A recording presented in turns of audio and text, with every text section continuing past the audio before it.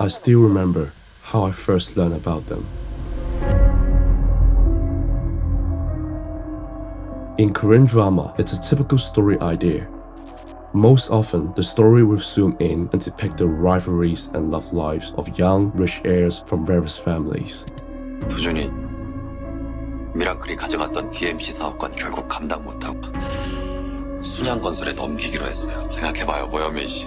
세상에 당신한테만 그렇게 친절할 리 없잖아. 닥쳐.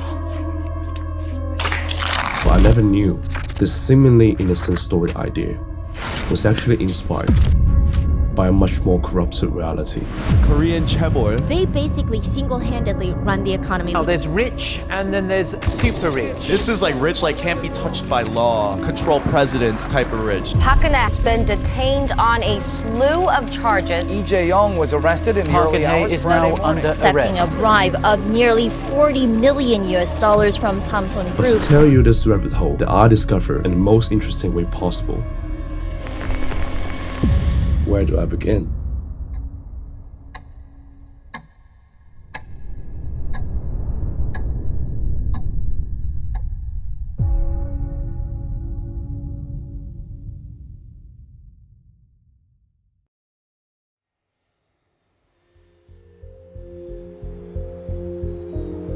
December 5th, 2014, New York John F. Kennedy Airport. At 2:05 p.m., Korean Air Flight 086, cabin crew began to distribute nuts and snacks to passengers. Distribution started from the first class. Suddenly, a heated argument was burst out between the passenger and the cabin crew. But nobody really knew how powerful this passenger was, until it escalated into heated confrontation. A woman named Heather Cho, Korean Air's vice president for cabin service, and wait for it, daughter of the airline's chairman, she was served macadamia nuts in a bag instead of on a plate. Ms. Cho forced the plane to return to the gate, where she had the head of the cabin crew kicked off.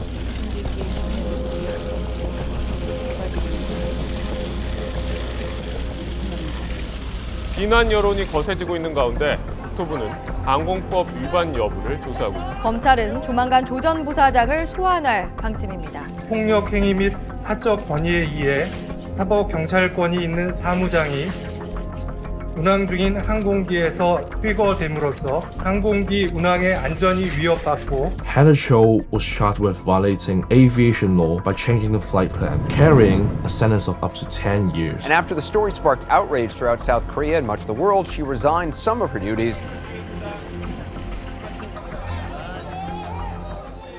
But only after 3 months, Cho was suspended for 2 years and the sentence was reduced to 5 months. Months later, she was found not guilty of all charges. 대법원 전원 합의체는 조 전 부사장의 항로 변경 부분은 무죄라고 판단했습니다. While Heather Cho said she would resign from all positions under the Hyundai Group, in 2018, Cho made her comeback as the president of 3 Hyundai Group affiliated companies. In fact, back in 2013, a similar incident happened to Cho, but it was eventually covered up by the Korean Air. Korean Air attempted to destroy evidence related to the in-flight nut rage. 4 years later, the younger sister of Cho came under fire as well. Former Korean Air executive involved in the water rage scandal over allegations she threw a glass of water at an ad agency employee. 심려를 끼쳐드려 진심으로 죄송합니다. And right here, it's where I was hooked. So I did a bit of research. Then I start to realize who these people really are.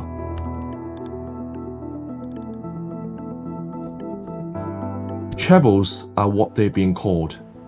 By definition, a chaebol is a big conglomerate that's controlled by a family dynasty of its founder. But if you're not familiar with it, then perhaps you're familiar with these iconic companies of South Korea. As of 2023, there are a total of 82 chaebols in South Korea. 이제 대한민국 경제의 뭔가 대들보인 것처럼 생각하는 사람들이 한편에서 많이 있어요. But as I went further down into my research, I realized that with these chaebols, scandals are never ending.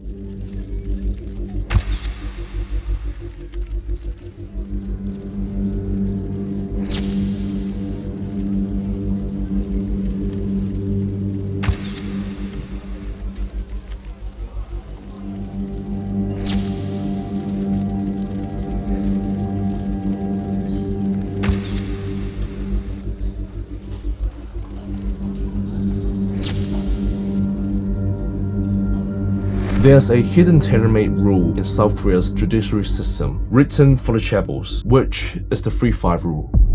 The rule refers to a 3-year suspended prison sentence. If no further violations occur in the following 5 years, the sentence is then fully exempt regardless of the crime committed. And I kept pondering, how could this happen? 주된 양형의 이유, 왜 이 사람을 실형을 선고하지 않고 집행유예로 풀어주느냐, 거기에 대부분의 사유들이 국가 경제에 기여한 바가 크다, 이런 것들이 있기 때문에 이제는 재벌들이 정부와 국민을 장악하고 법으로 통제하려고 합니다. To South Korea, the Chaebols are the key to its economic growth. Perhaps the best demonstration is looking through a single eye-popping data.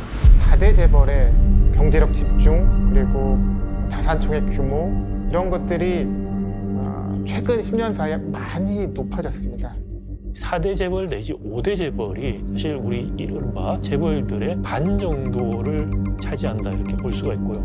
The revenue of the 10 biggest chaebols accounted for almost 60% of South Korea's GDP, and this staggering degree of economic concentration makes even the most extreme examples in the rest of the world appear routine. Japan's biggest company, Toyota, accounts for about 5% of GDP. In the US, Walmart sits at just 2.5%.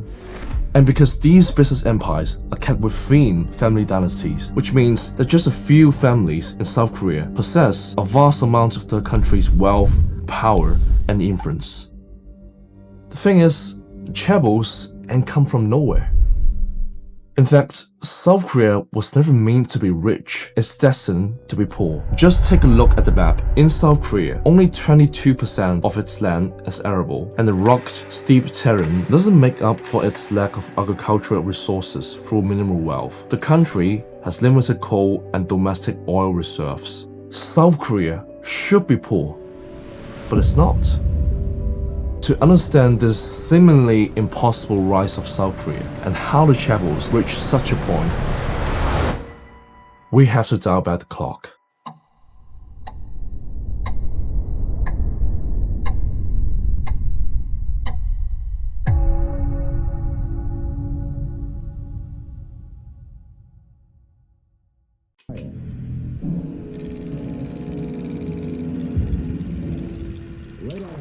Swept down out of the north, determined to unify Korea under a communist banner by force of arms.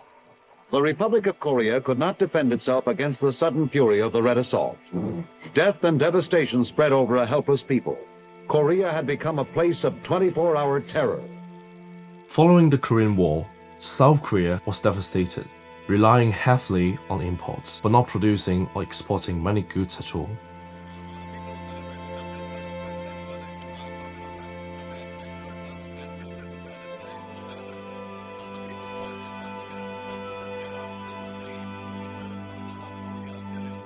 Syngman Rhee, South Korea's first president, began funneling international aid to different business owners. But as I dive deeper into these specific bits of history, I find out the true intention of Rhee providing these business owners with capital aid was actually less about boosting Korea's economy, but more about consolidating his own political power by asking them to provide the dirty money to rig the election. But after all, South Korea was still poor. The amount of exports was still far less than that of imports. It was still overwhelmingly agricultural and underdeveloped. President Rhee has gone from the political scene, thrust out by the revolt of the people. Riots on the scale of revolution. More was to follow, but it already looked like the end of the road for President Syngman Rhee. And soon after, in 1961, Rhee was overthrown by a military leader that would soon turn the tide, named Park Chung-hee.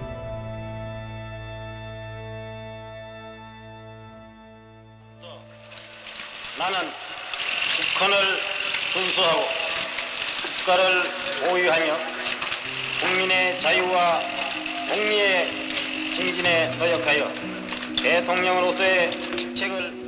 Unlike Rhee, Park had a crystal clear vision to make things better for his country. But to do so, he had to foster a new strategy. While Park originally planned to crush these business owners for their involvement in corrupting with Ri, he gave up this plan eventually because he had another grand plan that might need the contribution. 우리가 더 많은 돈을 벌고 싶다면 수입은 제한되어야 하고 수출은 크게 장려되어야 합니다. Bolstering the exports of Korean-made products worldwide. This was the first and also the most critical words of the plan that these business owners could see. 자, 여러분 각자에게 특정 산업을 배정했습니다. 현대에게는 자동차 산업, 삼성과 럭키 금성통신에게는 전자 산업, 선경에게는 석유와 미디어 산업입니다. 5년 내 우리의 제품이 세계로 수출되고 우리는 빈곤에서 벗어나야 합니다. 이번에는 반드시 성공해야 합니다. 여러분은 반드시 성공해야 하며 후퇴는 없습니다. 그렇지 않으면 여러분은 감옥에 갈 것입니다. However, the only way for the Chaebols to get the capital they needed for expansion was to meet Park's expectations. If they failed to satisfy him, Park would just allow them to collapse. And these family-owned, government fund-controlled companies eventually came to be known as the Chaebols. 국가에 있어서 경제 개발 계획을 집행하는 데 있어서 그 계획이 성공됐느냐 또 잘못됐느냐 하는 그 평가를 기준을 대략 계획 사업의 80% 정도가 달성됐을 때에는 성공됐다고 이렇게 보고 있는 것입니다. By providing cheap steel, plenty of subsidies, lenient loans, and tax breaks, Park made these family businesses expand vertically and horizontally. In 1960, South Korea's GDP was less than $4 billion. Fast forward 20 years later, in 1979, the number skyrocketed to almost $17 billion. 지난 10여 년 동안에 우리 사회에는 엄청난 변혁을 가져왔습니다. 남들은 1세기 또는 수세기에 걸쳐서 이룩한 일들을 우리는 불과 15, 16년 만에 성취했습니다. 60년대 초까지만 하더라도 전통적인 농경사회였던 우리나라가 이제 중화공업 국가로부터 다시 고도 산업 사회로 이행해. All in all, Park saved South Korea.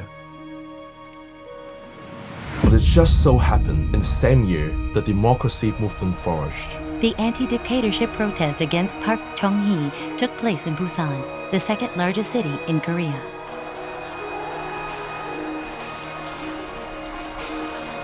At the same year, in October, amidst the movement, Park was assassinated. Park Chung-hee, who ruled the country for more than 18 years, is dead. The new government announced that President Park was killed by a shot fired at a dinner party Friday night in downtown Seoul. What Park had never thought about 그러한 기준에서 본다면 is that behind this prosperous status quo, 우리나라의 1차 5개년 계획은 there will be a heavy price to pay for the South Koreans in the near future. 계획 사업이 금년 말로서 Major political upheaval tonight in South Korea. 그것은 성공적이었다. Calling for the resignation of President Park Geun-hye.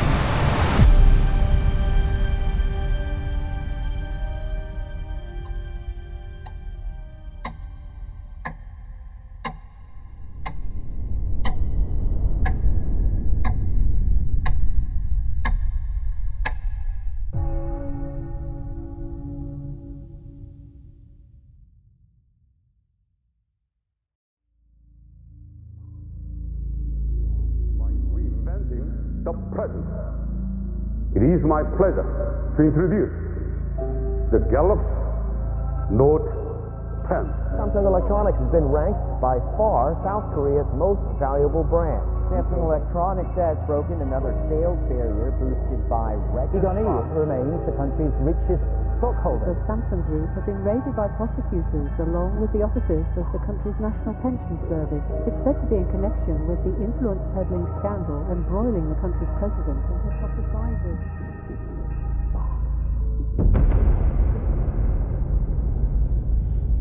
Some might argue South Korea is Samsung and Samsung is South Korea. Well, I wouldn't disagree with that. Year after year, about 20% of the entire nation's economy is made up by Samsung Group alone. The only single entity that can compete with it is the South Korean government, whose spending typically makes up to 20% of GDP. But perhaps the centrality could be attributed to how much Samsung has penetrated into South Korean life. What you're looking at is the business structure of Samsung. When you buy a smartphone, you buy it from Samsung. When you need life insurance, you purchase a policy from Samsung. When you take the ferry, you step onto a ship built by Samsung. When you go to the theme park, you once again pay your money to Samsung. But behind this scattered, convoluted web of business owned by Samsung, there's a question that you might leave out. Just a simple Google search, we found the entire Samsung group is worth around $400 billion. Meanwhile, the net worth of its current president, Lee Jae-yong, is actually less than $10 billion, which is less than 2% of the entire group. And these numbers already include his father's large amount of inheritance. So how was he able to control the entire company then? In my common sense, if a person wants to take control of a company, he or she has to own 51% of the shares. But in practice, I'm completely wrong. Imagine you're running a conglomerate, and let's call your very core business as Company A. This Company A has a major shareholder, Company B. This Company B has a major shareholder as well, Company C, so on and so forth. And finally, here comes the company that you have direct control and majority shares. The valuation of this company in this long chain is only worth 800 million. So eventually, you only need 400 million to gain control of this company and also all other companies. And for these companies, they don't really need to have a business themselves, but they only serve as de facto companies that control many more other affiliated companies. Even more, you might not even need this much, because this is a combined amount between you and your ally investor, and this strategy has its own name. Throughout the decades, the Lee family used this exact strategy to create this complicated web of ownerships that can even confuse the savviest financial analysts. But ultimately, what matters most to the Lee family is the complete control of the entire Samsung empire. But this strategy is fragile, especially when someone dies. 삼성 이건희 회장이 건강 문제로 어젯밤 병원에 입원했습니다. These health complications has Samsung Group on high alert. The chairman of Samsung Electronics has yet again emerged as a massive concern to the management of the sprawling Samsung Group. In 2014, the former president of Samsung, Lee Kun-hee, suffered a heart attack. He barely survived and was hospitalized for months. Meanwhile, his children started to become worried, especially his elder son. Samsung is also expected to accelerate its corporate succession to Lee's 3 children. Lee's son, Samsung Electronics Vice Chairman Lee Jae-yong, is expected to eventually succeed him. You see, South Korea has one of the highest inheritance tax rate in the world, 50%. If their father passed away, they would have to pay a huge amount of taxes to the government, likely by selling most of his shares, which would cause them to lose control over the Samsung empire. Lee Jae-yong did a plan, and he stared at the web of business that his father owned, and suddenly, he was clicked. See, if we remove most of the insignificant affiliates of this mega business empire and keep the most crucial ones, there will be only 2 left. 1, the Samsung CNT. 2, the Cheo Industries. These 2 companies essentially act as the de facto companies that were set up to serve the most crucial business, Samsung Electronics. But the problem is, throughout the years, the Lee family's control over Cheo was much more stronger than CNT. Worse still, the control of CNT was fading as other hostile investors continued to buy in. If we put ourselves in the shoes of the Lee family, perhaps the most sensible thing to do is to overvalue Cheo and undervalue CNT. You will effectively end up with more control over the new combined de facto holding company and more control over the entire empire without spending a cent. Ideally speaking, it works. But the thing is, this merger will immediately dilute the shares of CNT. And even though the Lee family knew this, they proposed exactly that. 1 CNT share convert to 0.35 Cheo Industry shares. And when the Lee family announced this proposal, they create a far-reaching backlash. The third largest stakeholder in Samsung C&T, who had been trying to block the merger, argued that it undervalues the construction unit. Says the proposed merger between Samsung C&T and Chaebols Industries is unlawful and unfair and should be blocked. To Lee Jae-yong, perhaps the most perplexing problem is to get shareholders to agree on this unfair proposal.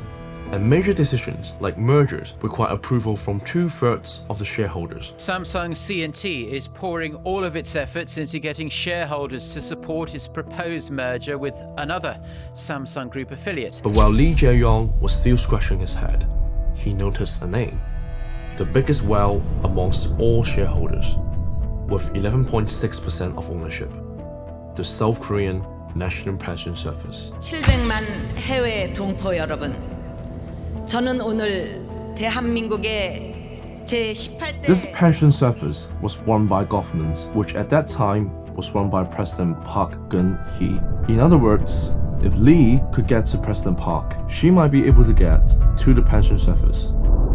And conveniently, they had a back door, a person that had the power to turn this deal into reality. 박근혜 대통령과 최순실 씨의 40년 우정은 새마음회 조직을 통해 발전됐습니다. KBS 뉴스 Choi Soon-si was one of Park's confidants.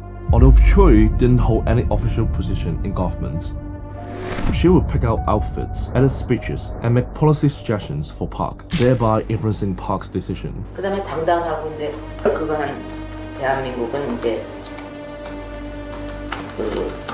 우리 대한민국의 사람들이 어느 나라에 어디에 가든지 항상 그 네트워크가 형성이 돼서 당당하고 당당한 대한민국의 국면을 만들고 그 틀을 마련하는 거에 아주 쏟아부을 것이다. 그 얘기를 좀 해야지.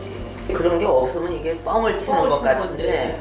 And what's more, Choi was also managing 2 non-profit foundations that she had set up, and she was also actively seeking donation for them. But behind the curtains, the donation was instead used for her personal benefits, acting as the top of the funnel in a complex, globe-spanning money laundering scheme. Chae Soon-sil was a close friend of the president and is accused of using that friendship to get money and favors from companies. Following this is a donation of $36 million to Choi Foundations from Lee Jae-yong. And surprise, surprise, in 2015, the National Pension Service approved the merge and acquisition deal of C&T and Chaebols Industries. And in the latest industry news, 2 major units in Korea's biggest conglomerate, Samsung Group, have announced a merger. The move will clean up the group's complicated share structure and pave the way for new leadership. His succession is almost complete, as South Korea's fair trade watchdog formally recognized Lee Jae-yong as the group's chief 2 years ago. The Lee family showed up control of the Samsung empire into the next generation successfully. But they have to accept the price. Major political upheaval tonight in South Korea. Calling for the resignation of President Park Geun-hye. Park is accused of colluding with a friend who allegedly pressured big companies to give money in return for government favors. South Koreans came together to make their voices heard. To these people, what they were fighting against was not only about the omniscient power the Lee's family holds, but also about the corruption of the entire political system. He is accused of providing President Park Geun-hye's confidant Choi Soon-sil with millions of dollars in exchange for political support for a merger of 2 Samsung affiliates. Park Geun-hye has been detained on a slew of charges. Court has issued an arrest warrant for Choi Soon-sil. Lee Jae-yong was arrested in the early hours. Is now under arrest. A bribe of nearly $40 million from Samsung Group. There's something in South Korea called a CheongWaDae Curse, a curse that every president who enters office will have a bad ending to their life.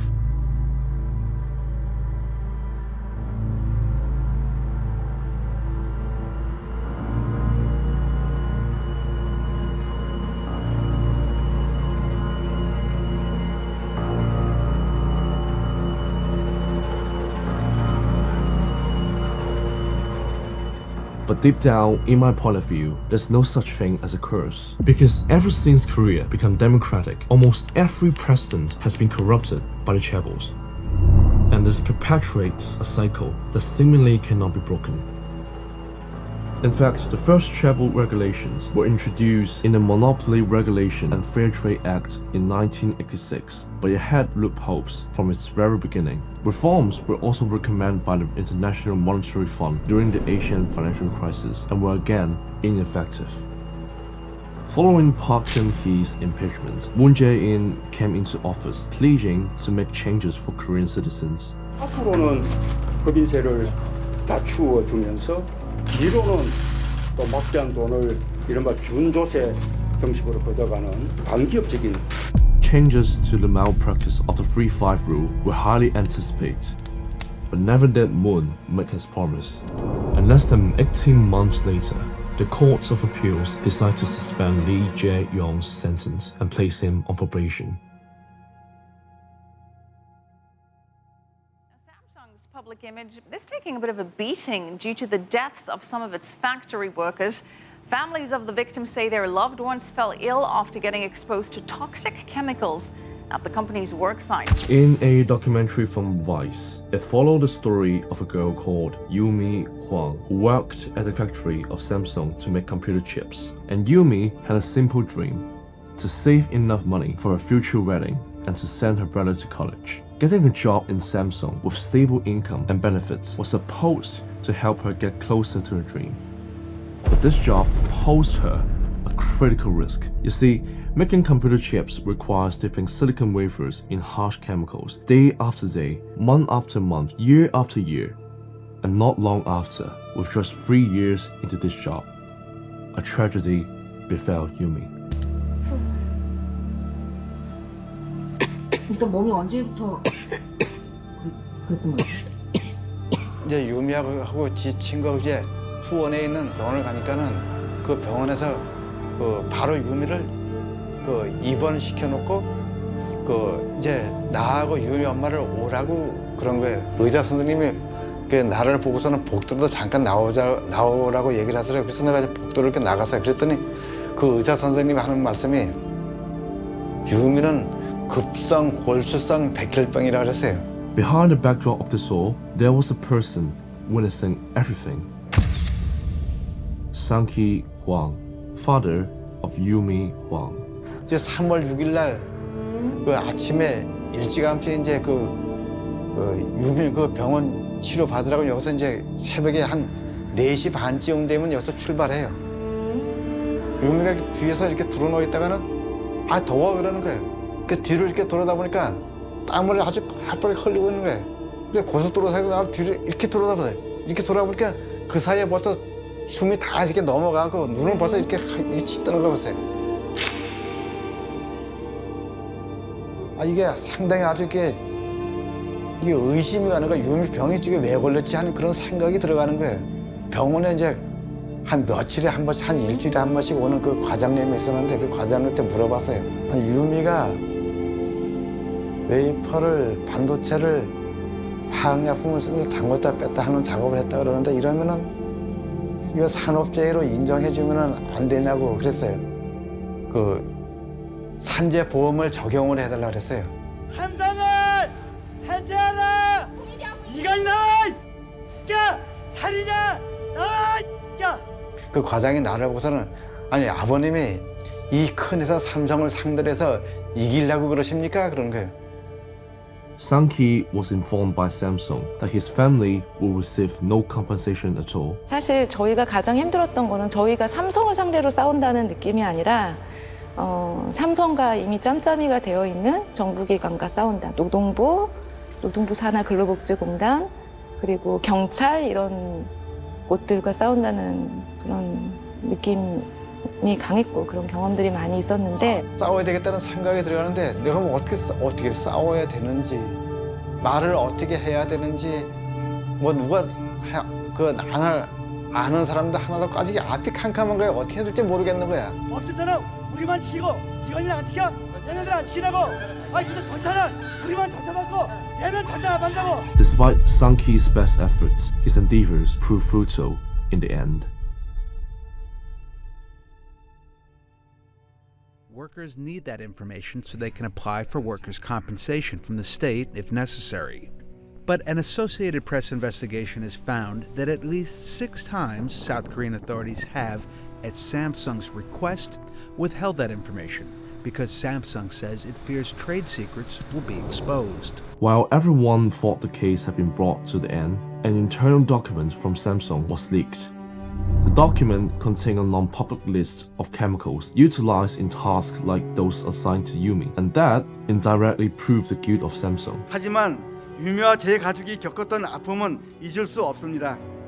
너무 많은 분들이 이런 아픔을 갖고 있기 때문에 그렇습니다. In 2018, Samsung finally issued a public apology to Sang-ki. 삼성전자는 2018년 11월 1일 발표된 중재안을 조건 없이 수행하여 이행할 것을 약속드립니다. 오늘 이 자리를 빌어 병으로 고통받고 있는 직원들과 그 가족분들께 진심으로 사과드립니다. 돈 없고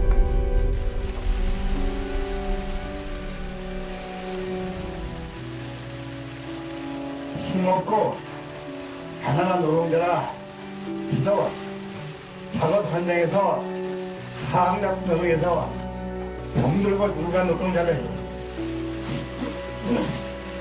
는 넘도록 긴 시간 동안 해결하지 못한 것은 크므로 답답한 일입니다.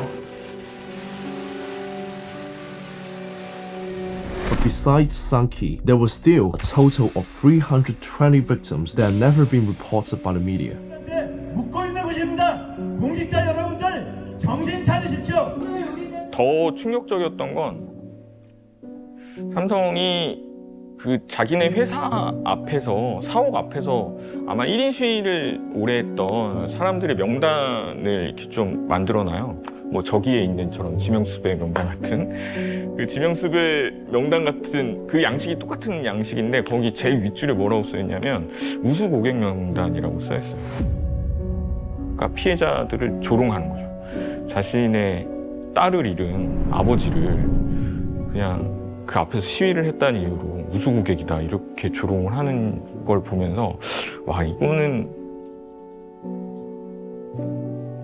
예의를 넘어서 예의와 윤리의 문제가 있는 게 아닌가.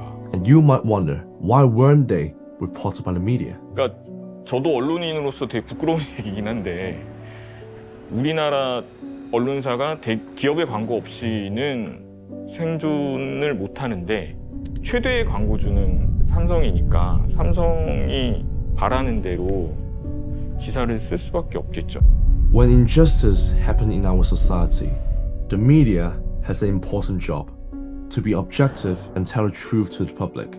And clearly, South Korea went for a miss. To these families, it took 11 years to protest endlessly. 11 years to bring the cases to light. 건강한 모습으로 입사를 했습니다. 하지만 결국 그녀에게 돌아온 건 백혈병이라는 무시무시한 질병이었습니다. 11 years to get unfair compensation.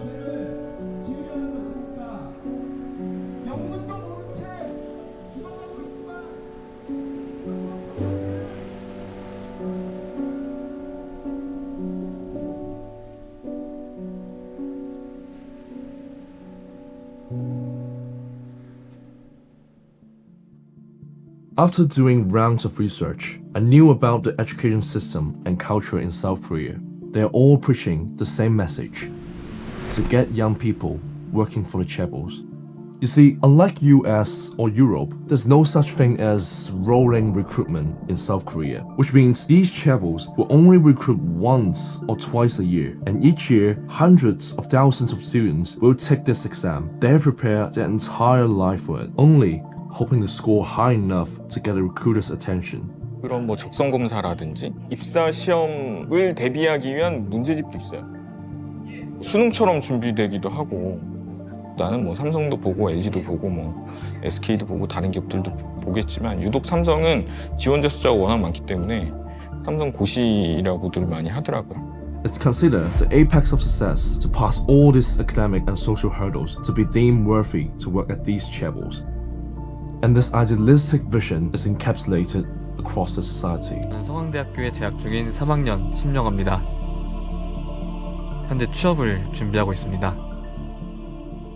삼성, 현대, SK 3개 정도 수능 때도 서울대, 고대, 연대 그랬다면 지금도 삼성, 현대, SK 옆에서 봐도 공부하고 있고 옆을 또 보면 공부하고 있고 내 앞에도 공부하고 뒤에도 공부하고 대기업에 가고 싶다는 선택지인 거죠. 그 외는 전혀 없어요. 왜냐하면 우선 임금 격차가 많이 납니다. 거의 2배 가까이 나고 복지 같은 경우도 차이가 많이 나고. For those who weren't even allowed to take the test and those who didn't advance past it, they will move to the next layer in the social hierarchy of careers, working at small and medium-sized companies, a fact that will be tagged as failure. 사실 그런 것보다도 시선인 것 같아요. 주변에서의 시선. 대기업을 못 가면 실패한 인생. 제 주변에 중소기업을 가겠어 라고 해서 간 경우는 없고 보통 대기업에 도전해서 실패하면 소리 소문 없이 가 있는 경우는 많이 봤습니다. 근데 연락은 안 돼요.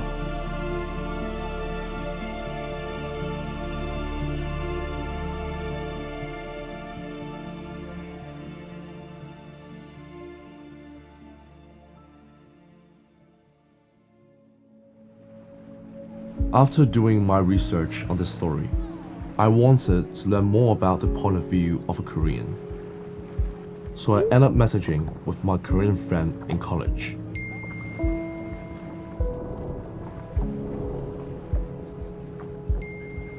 His response was concise, yet resigned.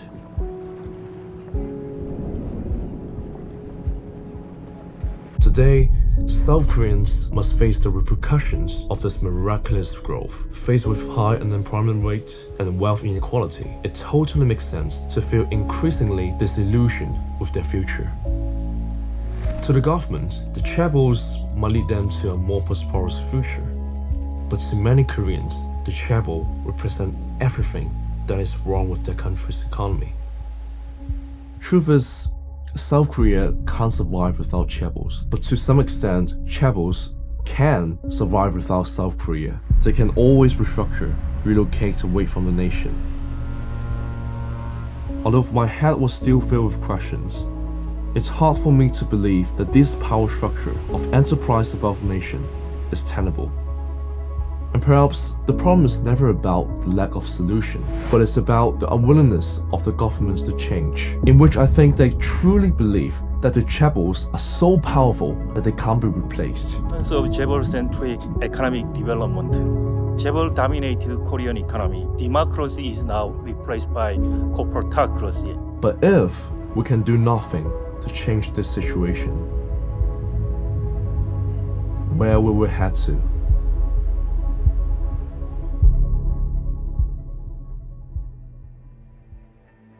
Hi my friends, thank you so much for tuning in. If you do appreciate our efforts putting in this video, please give a like. If you do enjoy watching, please let me know in the comment section.